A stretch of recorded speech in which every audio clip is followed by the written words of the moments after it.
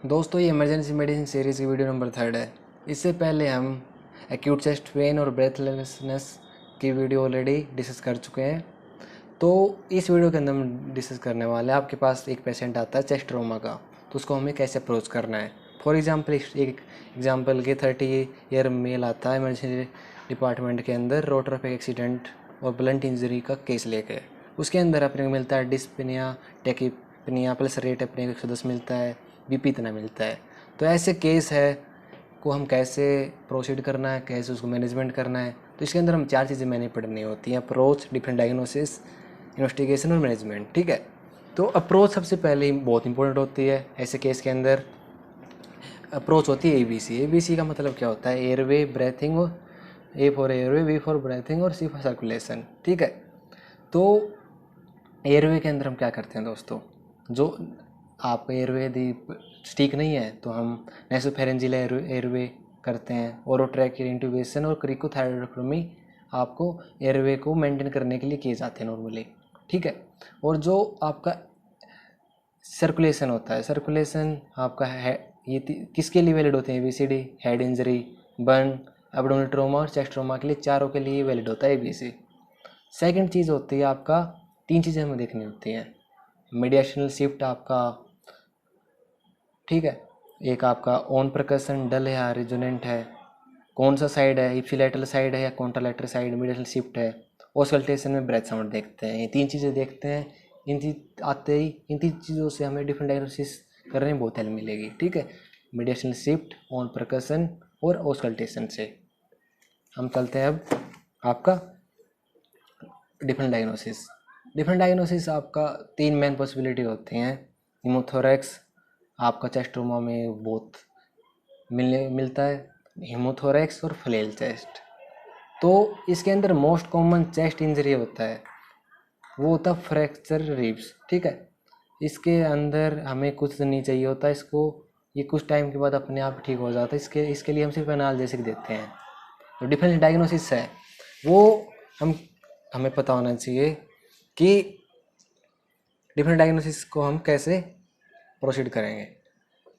Based on मीडिएशनल shift, यदि वो decide है तो न्यूमोथोरैक्स हो सकता है, हीमोथोरैक्स हो सकता है। न्यूमोथोरैक्स के अंदर डिक्रीज एयर एंट्री, इसके अंदर भी decrease air entry. Resonant on percussion, dull on percussion, ये जो परकशन है ना, ये इन दोनों को डिफरेंशिएट करने में बहुत हेल्प करता है न्यूमोथोरैक्स और हीमोथोरैक्स के अंदर। उसके बाद आता है फ्लेल चेस्ट। फ्लेल चेस्ट के अंदर मल्टीपल रिब फ्रैक्चर अपने को मिलता है। यदि more than 3 consecutive rib fracture at more than 2 point यदि मिलता है तो हम डायग्नोसिस करते हैं फ्लेल चेस्ट को। पैराडॉक्सिकल मूवमेंट इसको अंदर मिलता है। ठीक है। इसी कारण आपका क्या हो सकता है? लंग कंसोलिडेशन और डेथ हो सकती है। आपका हीमोथेरेक्स भी इसके अंदर मिल सकता है। तो 3 आपको मेन चीज़ें याद रखनी है, कैसे अपने को इन चीज़ों को डिफ्रेंशिएट करना है। नेक्स्ट आता है दोस्तों टेंशन न्यूमोथोरैक्स। टेंशन न्यूमोथोरैक्स क्या होता है? ऑल फीचर ऑफ न्यूमोथोरैक्स इसके अंदर मिलती है with future of increase intrathoracic pressure. इसमें क्या होता है कि एयर बाहर नहीं निकल पाती है तो लगातार इंट्राथोरेसिक प्रेशर बढ़ता रहता है। Gross mediastinal shift to the other side, tachycardia मिलेगा, हाइपोटेंसिव मिलता है, रेज JVP मिलता है इसके अंदर, और एब्सेंट ब्रेथ साउंड अपने को टेंशन न्यूमोथोरैक्स के अंदर मिलता है। It is the air emergency. ठीक है। Dire emergency should be treated by wide bore needle insertion at second intercostal space followed by ICD। अभी पहले जो गाइडलाइन थी वो आपका सेकेंड इंटरकोस्टल स्पेस की बातें करती थी, लेकिन अभी जो रिसेंट चेंज हुआ है वो 5th इंटरकोस्टल स्पेस की बात करती है। ठीक है। इसके बाद हम चलते हैं ट्रॉमा। ट्रॉमा के अंदर देखिए प्राइमरी सर्वे और सेकेंड सर्वे। इसके अंदर प्राइमरी सर्वे में देखिए लिथल 6 जो हम सेव कर सकते हैं। ये सेकंड सर्वे हम किस में करते हैं? जो डिफ़िकल्ट टू सेव होते हैं, लेस प्रायोरिटी दी जाती है। फॉर एग्जांपल्स इसके अंदर कौन सा केस आता है? ट्रैकियल ऑब्स्ट्रक्शन को हम प्रिवेंट कर सकते हैं, massive haemothorax, tension haemothorax, open haemothorax, flail chest, cardiac tamponade, इनको हम प्रिफर ज़्यादा करते हैं। यदि आपके पास कोई कंपेयर टू इन केस में आता है, ये यदि आप देखते हो कि aortic transection, tracheobronchial disruption, oesophageal injury, diaphragmatic injury, pulmonary contusion, cardiac contusion. तो ऐसे केस में आप पेशेंट को बताना बहुत मुश्किल होता है और इस केस में कंपेयर टू इसके आसान होता है। तो इन चीज़ों को हम ज़्यादा वो करते हैं, ठीक है, मोर प्रायोरिटी देते हैं ऐसे केस को पहले, क्योंकि जो वो आपने जो जब बहुत सारे कुछ इमरजेंसी का टाइम होता है तो बहुत सारे पेशेंट आता है, तो हमें प्रायोरिटाइज करना होता है कि कौन से पेशेंट को पहले आगे देखना है, कौन से पेशेंट को बाद में देखना है। जो कैटेगरी होती हैं रेड, ग्रीन, ब्लैक, ठीक है, उसी के अकॉर्डिंग। तो इन्वेस्टिगेशन हम क्या करते हैं दोस्तों, इसके अंदर एक्सरे चेस्ट करते हैं सबसे पहले, ठीक है, most important investigation for chest injury. इसके अंदर फर्स्ट रिब का फ्रैक्चर मोस्ट सीवियर होता है, एबीजी करेंगे, ठीक है। एक्सरे और ई फास्ट बहुत कॉमन, बहुत इंपॉर्टेंट होता है। एब्डोमिनल ट्रॉमा के लिए फास्ट, ठीक है, चेस्ट एक्सरे आपका थोरेसिक ट्रॉमा के लिए। और जो स्ट्रेटोस्फियर साइन होता है वो अपने को ई फास्ट के अंदर मिलता है। CCT most accurate done if stable, यदि स्टेबल पेशेंट है तो आप सीसीटी करते हैं, यदि स्टेबल नहीं है तो ई फास्ट करते हैं, ठीक है। फ्लेल चेस्ट की बात करते हैं हम। Paradoxical movement of flail segment, यदि जो फ्लेल सेगमेंट मतलब क्या होता है, तो टूट जाता है सेगमेंट रिब का, उसका पैराडॉक्सिकल मूवमेंट होता है।